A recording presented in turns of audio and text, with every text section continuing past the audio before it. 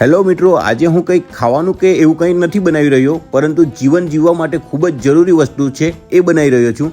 જે મારા જેમ વજન વધી ગયો હોય એમને જો વજન પોતાનો ઘટાડવો હોય તો આ રીતના આદું 250 ગ્રામ જેટલું લઈ લેવાનું છે, લસણ 250 ગ્રામ જેટલી લઈ લેવાનું છે, 2 ચમચી અંદર જીરું નાખી દેવાનું છે ને 500 ml જેટલો સફરજનનો સળકો છે તે અંદર નાખી દીધો છે.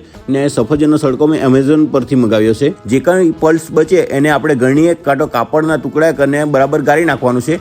ને પછી આપણે આ 4 લીંબુ લઈ લીધા છે ને 4 લીંબુ અંદર બધા નીચોડી દીધા છે. 500 ml જેટલું શ્રીજીનું હની નાખવાનું છે ને પછી બરાબર મિક્સ કરી નાખવાનું છે ને પછી એક કાચની બોટલ લઈ લેવાની છે ને તેમાં ટોટલી જ્યુસ ભરી દેવાનું છે.